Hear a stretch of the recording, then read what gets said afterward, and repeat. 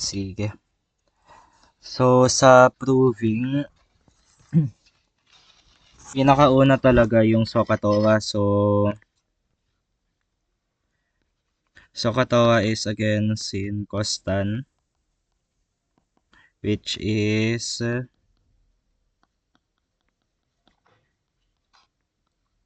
TOA.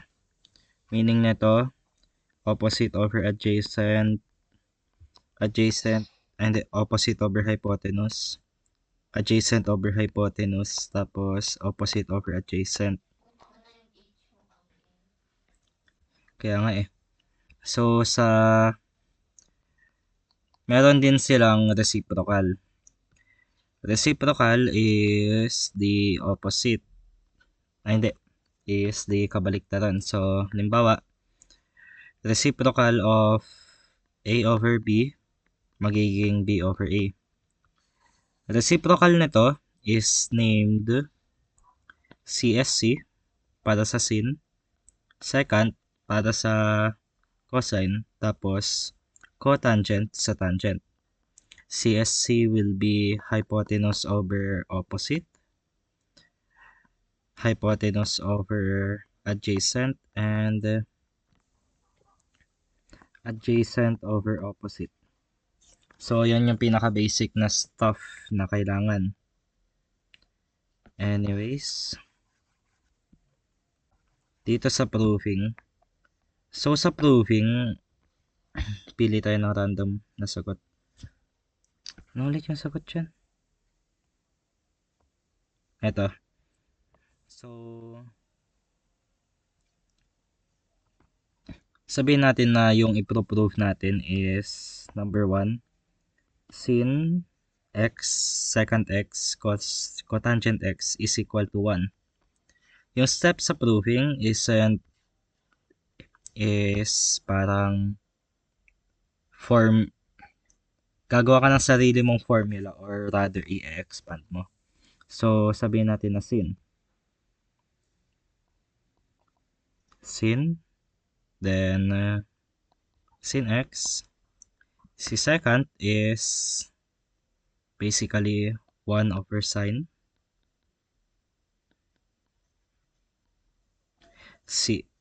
joke lang pala, 1 over cosine, tapos si cotangent is cosine over sine. Ay, yung equivalent pala nun. So, yung equivalent nun sa yung tan, it's sine over cosine. Tapos, yung cotangent is cosine over sin.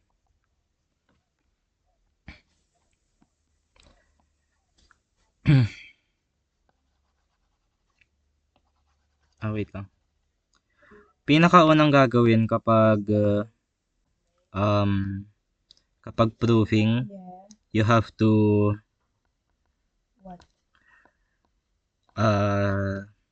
tawag dito, isulat ulit yung mga nasa problem. Is equal to 1. Then, you just go down. Yung pagsulat mo is pababa lang. So, ganyan. If magka-cancel out ka na, which is something like this.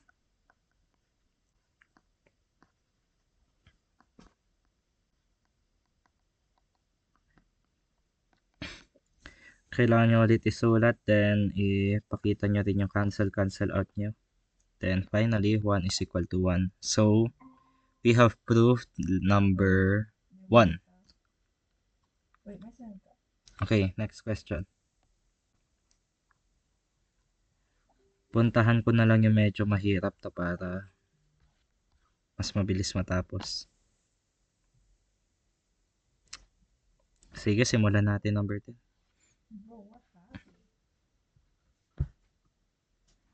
Wait lang.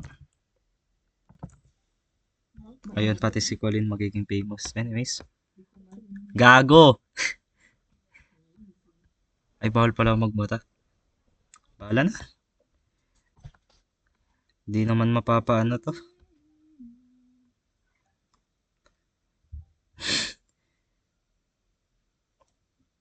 So, okay, so tangent. So, medyo mahaba to.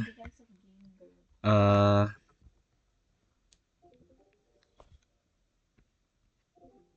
Pero baka baka may ginagawa sila.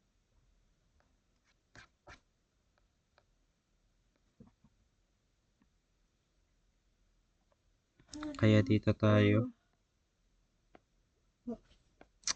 Ish.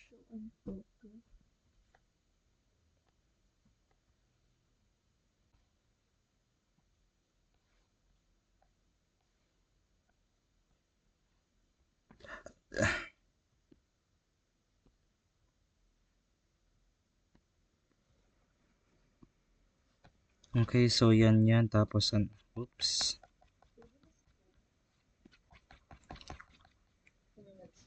Tapos, yung equivalent niya will be letter A, which is 1 plus sin x cos x. 1 plus sin x over cosine x. Sige.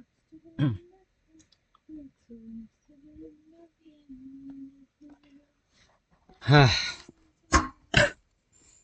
Okay. Steps natin. When proving, always start from the top. Tapos yung mga equations nyo will be pababa. 1 tan x minus sec x plus 1 is equal to 1 plus cos 1 plus sine over cosine.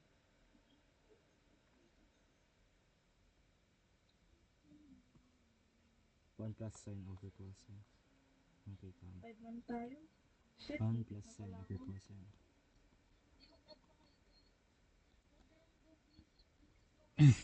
Okay, so the easiest thing to do here is wag muna natin gawin si right side kasi madali lang siya.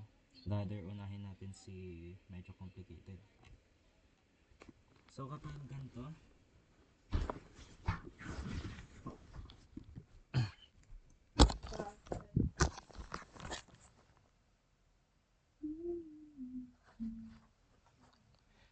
we need to expand the tan.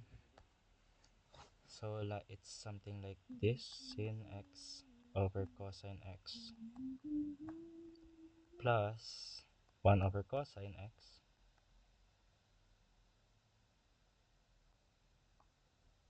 minus 1 over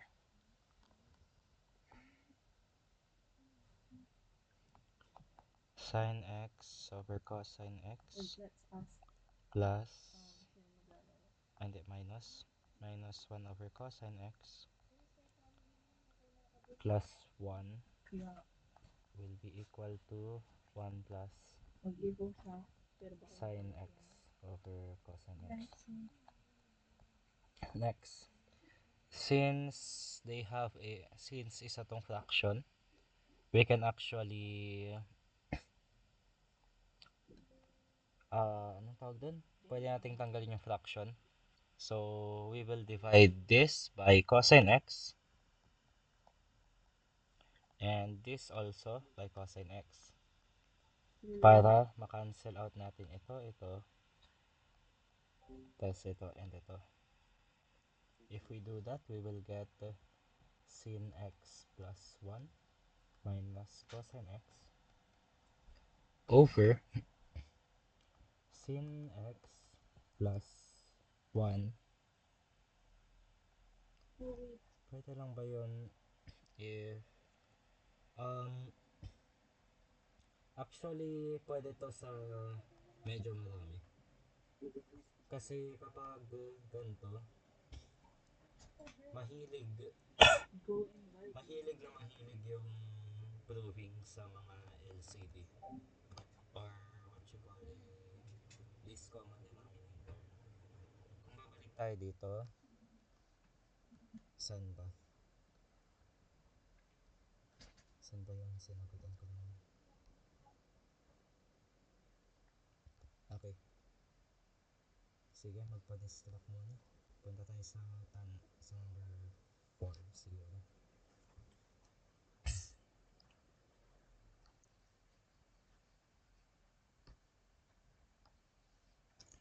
So as you can see dito, ang pangit ng solution. So as you can see dito, in-expand ko siya pero magkaiba pa din sila ah ng denominator. Wait lang.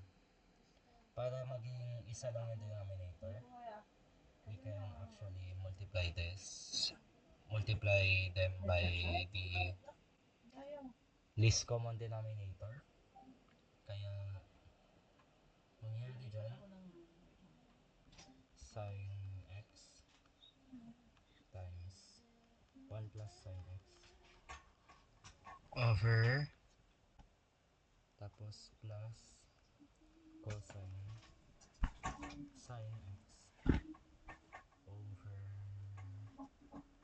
cos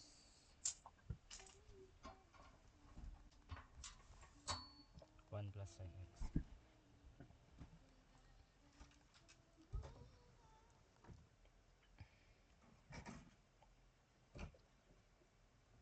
Cos squared pala ito. I think naituro na ito medyo bata pa eh. So, wait, itawin namin dito para matapos. Cos 2 plus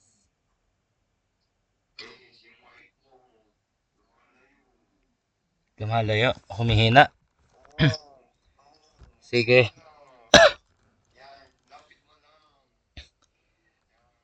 So, ito, sin x plus sin ganito squared.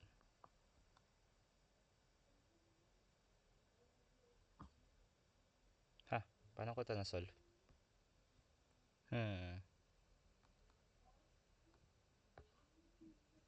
Ay, oo, okay.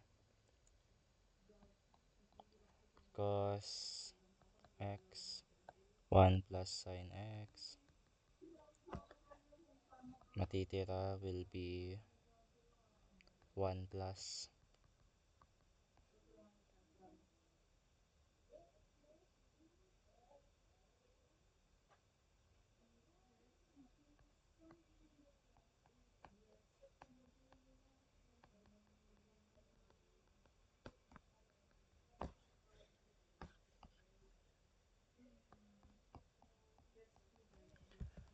okay.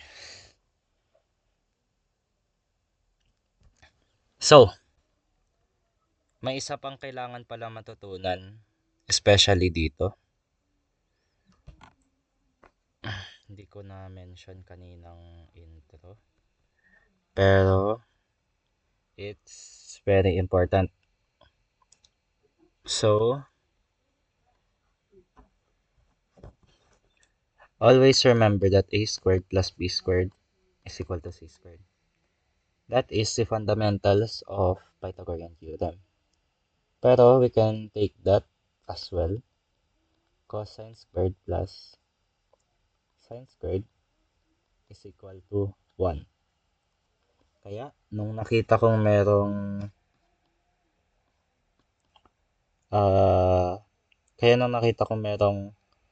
cosine squared dito, ito, and ito,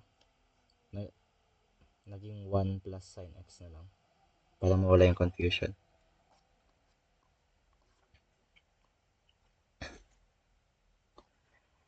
So, next naman is, okay, balik tayo dito. Siguro ko na lang ng isa pang separate para sa fundamentals na parang pinaka-basic. So, para maging medyo malinis to, there is a thing which is called conjugate axis. Yung principle nun is a squared plus yung mga a squared minus b squared, pwede mo siyang i-expand into a plus b, a minus b.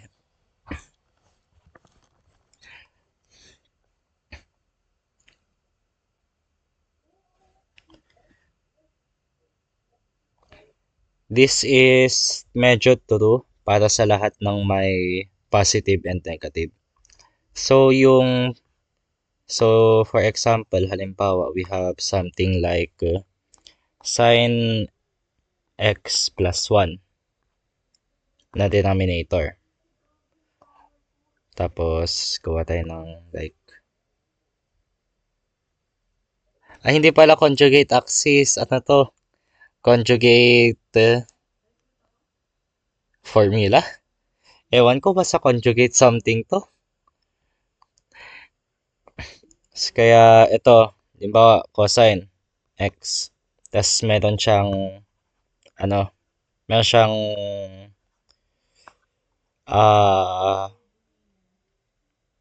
fraction na ganito. We should multiply both sides by negative, by ganyan. So, bakit pati yung nasa top na multiply? It's because if kinancel out mo to, it all goes back to 1. Pero kapag yung nasa baba lang, magiging unbalanced yung fraction. Tapos, magkakamali ka na. Kung anong ita-times mo sa baba, dapat ita-times mo rin yung sa taas. So, using that, sin x cos x minus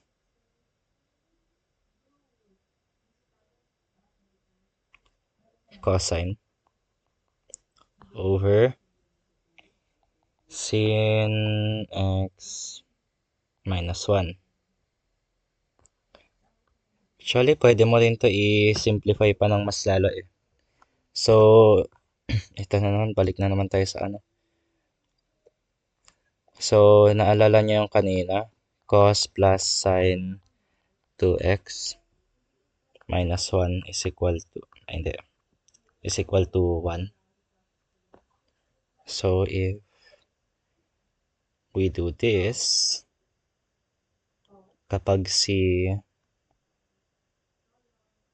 may mali dapat 1 minus ano to, baliktad, kasi hindi gagana. 1 minus 1 plus sin. 1 minus sin. Hindi siya gagana if ganito kasi magiging negative sin x.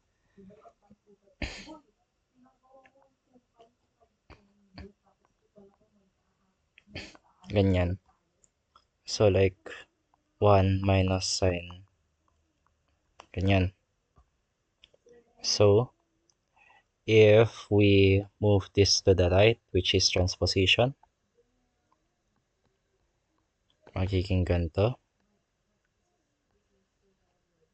1 minus sin x2. So we can do something like negative. We can do something like separating the cosine x from the sin x over cosine ganyan. Again, ito nakuha natin because nagpalit-palit. Sa proving, maraming substitution and distribution na nangyayari. Kaya mangyayari dyan 1 minus sin x over cosine x. Anyways, balik tayo dun sa ano. Pinaka nasa taas.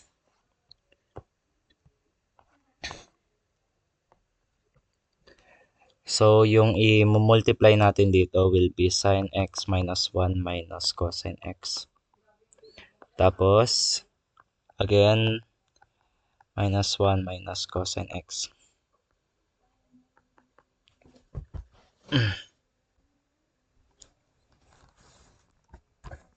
Tapos, ayun, i-expand mo na siya.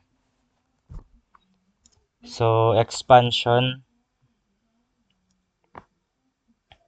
Sa totoo lang, medyo naboboard ako pero pwede ko bang i-copy paste na lang ito? So, kapag i-expand natin lahat, we will get sin ganyan minus sin x minus cosine sin x cosine x. I-skip na lang ba yung pag-expand nito or ituloy ko lang? parang i-copy paste ko na lang yung na-expand ko na dun sa ano.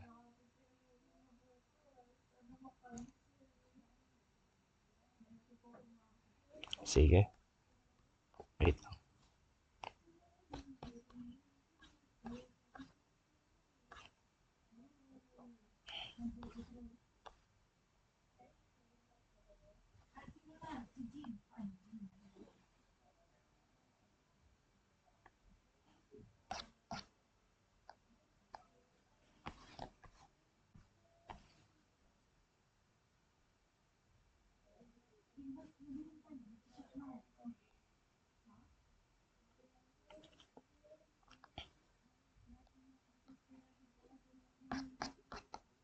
Okay, so yan yung numerator natin. Tapos, this will be our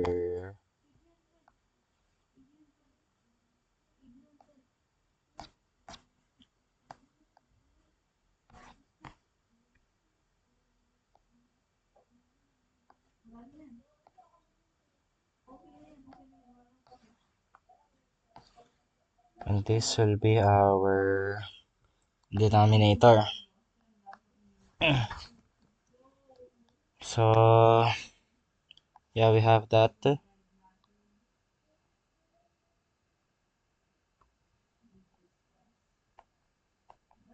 Huwag niyo to pansinin.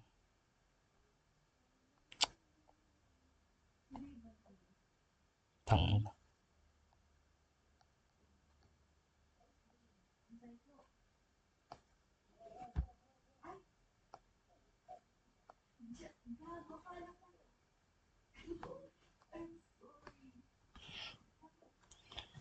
Okay. So, again, kapag proving, dapat pababa. Kapag pagilid siya, for sure, mabababang kukuha niya sa quiz. Anyways. Yan. Kapag if-fully simplify natin siya, matitira will be actually cancel. Cancel.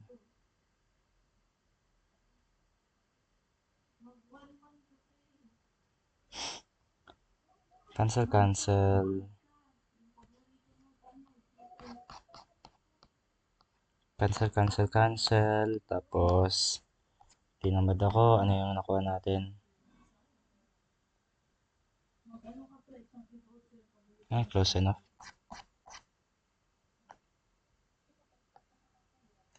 Ganyan talaga kapag papaano ka. Cancel. Ito, cosine. Na-cancel din si cosine. Sin 2x. Ipagtabi mo siya sa cosine 2x. Then, ano pa ba? -1. Tapos, -2 sin x cosine x. Over.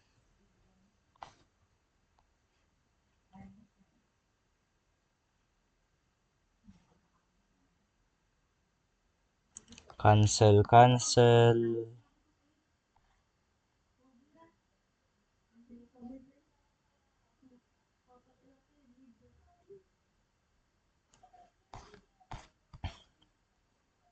Cancel this one, pati na rin to.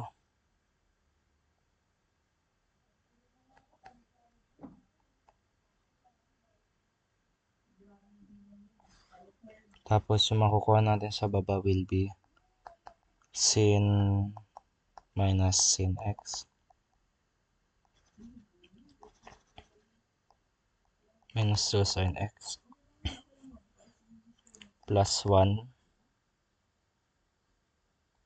minus cosine 2x.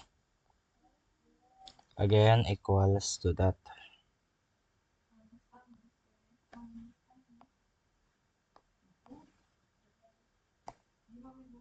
Okay.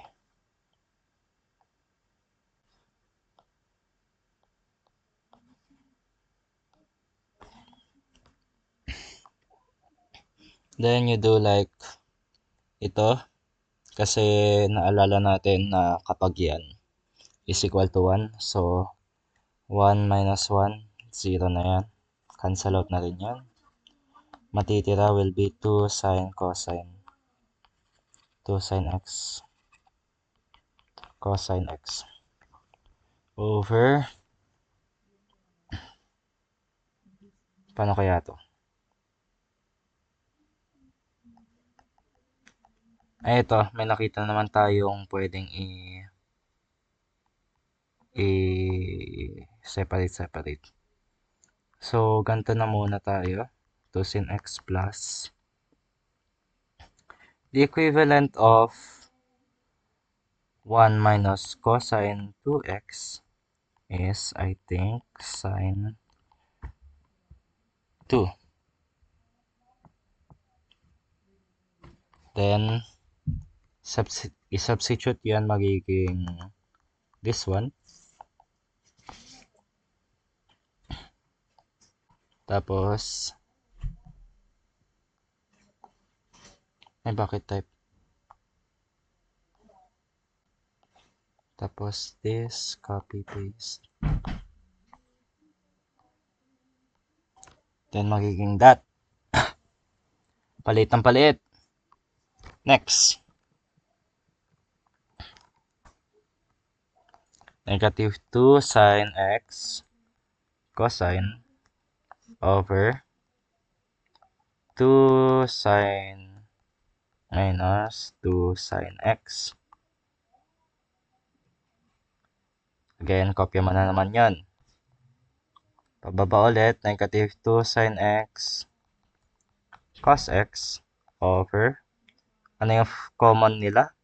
The common between them is 2 sine. So, 2 sine x minus 1. Now, may pwede ka nang i-cancel out. So, cancel this one out, cancel this one out. Matitira, cosine x over sine x minus 1 is equal to this one.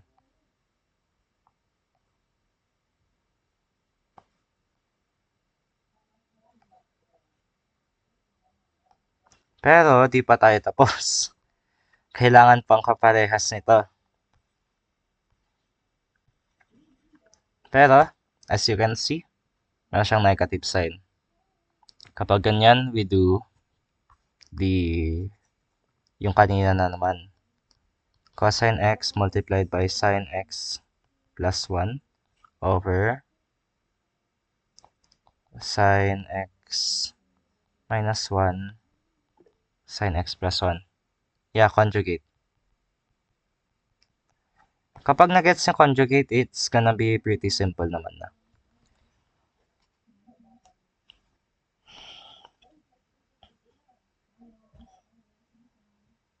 Naubusan ako ng space. So, what will happen after that is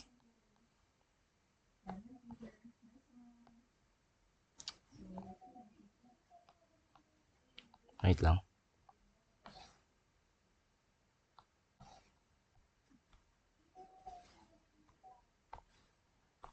So, what will happen after that is magka-cancel out, cancel out. Ay, hindi. Wala pang cancel out, cancel out.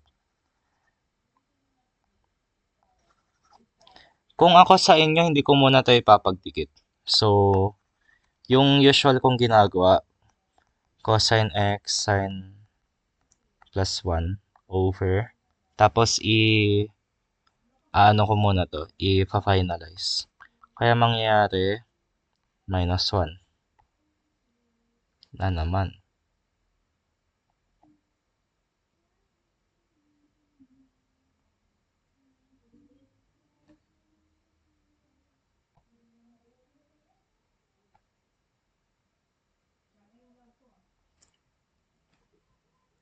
Yeah. So, cos x sine x plus 1 over cos ganyan. Cancel out, cancel out. 1 plus sine x over cos x. Mangyayari 1 plus sine x over cos x.